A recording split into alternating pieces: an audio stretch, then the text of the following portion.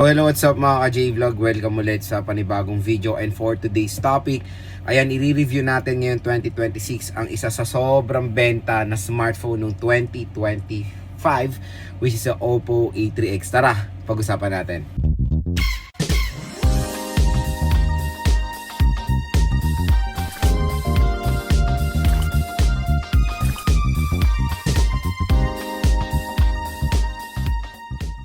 Mga ka-J-Vlog, ngayon 2026, tatalakayin natin isa-isa ulit ang mga available at sobrang benta ng mga smartphone ng 2025. At ang tatalakayin natin for today's content is of course yung very affordable na smartphone, which is a Oppo A3X. So itong smartphone na to ay grabe benta niya last year. Sobrang ang dami nagka-interest kasi ang laki po nung binaba nung kanyang price compare sa kanyang SRP noong 2024. So lumabas to ng October 2024 with a hefty price tag na 6,500 pesos, and 5.5 ata yung base model ng 4GB64. And nung time na yun, hindi gano'ng pinapansin ng Oppo A3X kasi medyo overpriced talaga yung smartphone na to for its RAM at ROM. Biruin mo 6,000 pesos 4GB64, hindi talaga bibili ng karamihan ng consumers natin yan. Pero nung 2025, na-realize siguro ni Oppo na it's about time na babaan nila yung price ng Oppo A3X, at binabaan nga nila yan noong 2025. Yung 4GB64 na ito pwede nyo makuha ng saradong 3,000 piso or mas mababa pa, depende po sa offer ng shop or doon sa account nyo na may voucher. And para makuha yan ng sobrang baba dito sa ating view products, pag clinic nyo itong view products natin, mura at bagsak presyo lang dyan ng Oppo A3X. Mga idol, pwede nyo makuha yan ng 3,000 pesos. So sa online, ang presyo niya is 3,500 pesos. Pero pag in-apply nyo yung voucher natin, there's a possibility makuha nyo to ng 3,000 pesos. At yan yung 4GB64. Yung 4GB 128, possible price 3,500 to 3,600 pwede nyo siya makuha. So very affordable itong Oppo A3X mga J-Vlog. And syempre, ngayon 2026, marami pa rin naghahanap ng smartphone na sobrang mura na gagamitin nila as a secondary smartphone for work at marami pang iba. So when it comes dito sa Oppo A3X, I know na maraming may gusto dito, marami ring hindi gusto. Ang una nila nireklamo sa Oppo A3X is yung chipset. Based on my experience ito sa smartphone na to, medyo may kabagalan nga siya when it comes sa opening of application and all. May nagsabi pa nga, update mo lang, ganyan, bla bla bla, bibilis yan. Hindi nasa chipset pa rin yan mga idol. So yung ano niya, out of the box is Android 14 siya. May nagsasabi na rin nung November na nasa Android 15 na siya, kaya nag-purchase ako. Pero sad to say, wala pa din. Nung as of katapusan ng November, nasa Android 14 pa rin siya. Pero comment down below ngayon January, kasi wala na ulit yung Oppo A3X ko, dinispose ko na siya. Comment down below kung na-update nyo ba yung Oppo A3X yung mga J-Vlog ng Android 15. So as of November, wala pa. And I know usually yung mga nag-update sa Android 15 is beta, kaya hindi po recommendable yan. So i-update nyo yung smartphone nyo kung nandun na sa settings, lumabas na sa settings. Huwag nyo i-update yan pag beta, kasi marami pong bugs ang beta mga J-Vlog. So yun, meron namang haka-haka na ma-update to sa Android 15, which is good. Pero as of nung November, wala pa naman. And when it comes sa processor niya, Qualcomm Snapdragon 6S Gen 1 nga siya with Adreno 610. I don't know why kung bakit nga siya mabagal. Siguro nga dahil din sa software siya. Pero I doubt na pag na-software update siya, bibili siya. Kasi yung Oppo A5X is naka-Android 15 yan with same processor, pero medyo may kabagalan din when opening of application. Siguro hindi nag-integrate as one yung ColorOS at yung chipset niya. Yun yung isang ano ko doon, yung isang haka-haka. Yun yung isang ano ko doon, hula ko when it comes sa bakit ganun bumabagal yung Oppo A3X, Oppo A5i, and Oppo A5X. Lahat sila mga ka-J-Vlog, same na same rin ng mga kumbaga ng bilis dito sa Qualcomm Snapdragon 6S Gen 1. So pag na natin, hindi ko siya mare-recommend for gaming. Hindi po siya recommendable sa ganyang mga senaryo. Pwede mag-ML, pwede mag-Honor of Kings, pwede mag-COD, pero expect nyo na hindi po smooth ang performance sa even sa ML. Doon pa lang sa mga opening of sa menu sa ML, meron tayong mga slate delay when opening. And ito yung isang na-disappoint ako, hindi tayo makapag screen record while playing. Sobrang nagfe-frame drop siya doon sa COD, na try ko yan at hindi siya possible.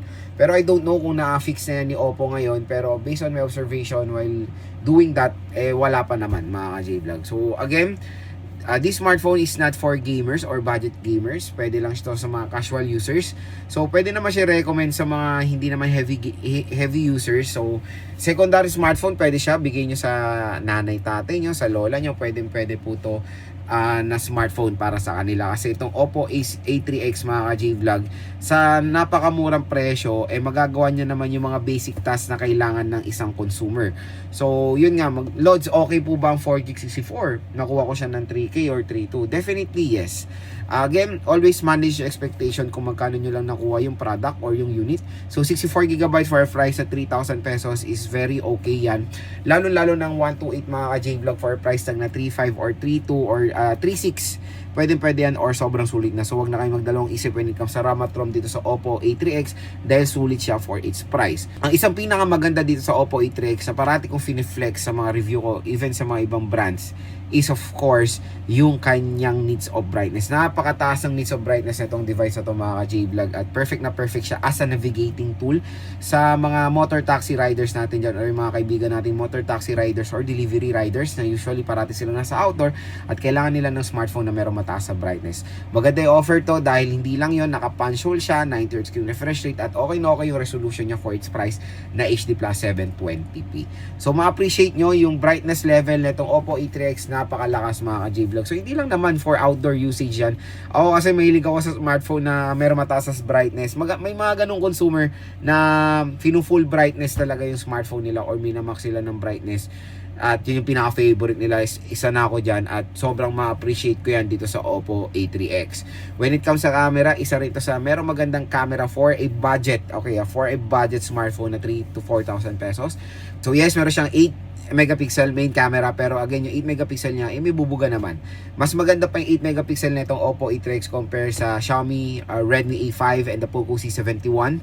Subok ko na yan. Meron silang 32 megapixel pero hindi ko ganun nagustuhan yung quality ng mga 32 megapixel nila. Mas better pa rin yung quality ng Oppo A3X for me na merong 8 megapixels lang. When it comes sa speakers, I know meron po itong single speaker na usually very acceptable naman for its price. Hindi na tayo magrereklamo dyan. Ang maganda sa Oppo A3X, kahit na single speaker siya, gumagawa siya ng way para makipagsabayan sa mga dual steer speakers ng ganitong budget segment na Tecno Spark Go 2 and Infinix Smart 10. So ginawa ni Oppo is even though single speaker siya, tinaasan niya yung volume up to 300% volume. So kahit na single speaker siya or mono speaker, malakas po yung mapoprovide na speaker ng device na to. So loudness is there when it comes ito sa Oppo A3X mga ka-J-Vlog, malakas din siya. So when it comes sa battery, so the battery of this smartphone is nasa nasa 5,100 mAh battery capacity. So specs wise yes, mataas pa po yan. And I know yung ibang mga consumers natin naliliitan na kasi usually ang nilalabas na ng mga brands ngayon isa sa 6K, 7K, di ba? Pero 5.1 is okay pa yan. Ang pinaka the best or advantage ng Oppo A3X even sa kanyang successor na Oppo A6X mga idol is 45 watt fast charging. Yan po yung tinanggal nila sa Oppo A6X, yung 45 watt fast charging na ito mga J-Vlog. So mabilis mag-charge ito sa Oppo A3X, yung 5,000 mAh battery capacity niya in less than 1 hour lang mo full charge na itong device na to. So ganyan ka-convenient mag-charge ito sa Oppo A3X, kaya wag na kayo magdalawang isip pa mga J-Vlog when it comes sa battery performance nito. For me, based on my observation and experience, okay naman ang kanyang 5K mAh battery capacity. Design is very identical din sa Oppo A5i.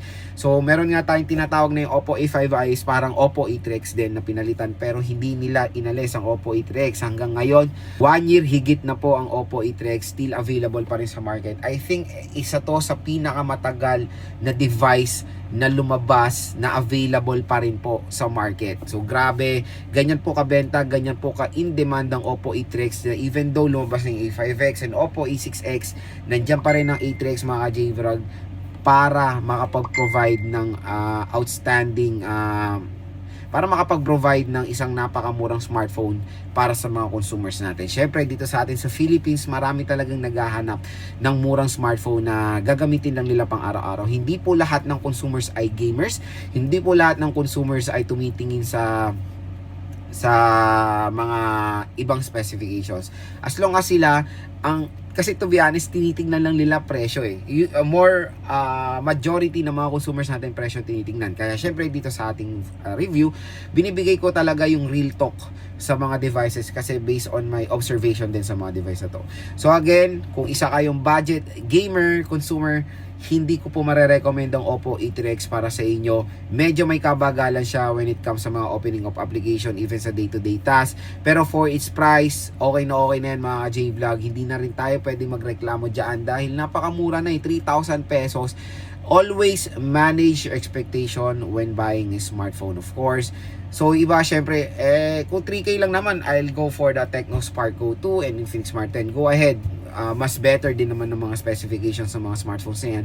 Yung mga iba kasi, meron silang tinatawag na parang tiwala sila sa brand, di ba? Oppo is very trusted brand dito sa atin sa Philippines na medyo lang sila, minsan nakakalungkot lang na sobrang overpriced, and I know naman yan, pero minsan nag-o-offer sila ng mura when it comes sa kanilang online stores. Kaya bibili lang kayo sa mga online stores mga ka-J-Vlog dito sa ating View products dahil sobrang layo ng price niya compare pag bibili nyo to sa mga mall. So again mga ka-J-Vlog, ngayong 2026 Oppo A3X is the best choice din for you kung naghanap kayo ng pangregalo, pang secondary smartphone, or pang basic lang or casual things. Pwede itong smartphone na to. Again, manage expectation when buying this smartphone kasi hindi po talaga to pwede for gaming. Siguro ML, Honor of Kings, pero hindi po smooth ang performance na, okay?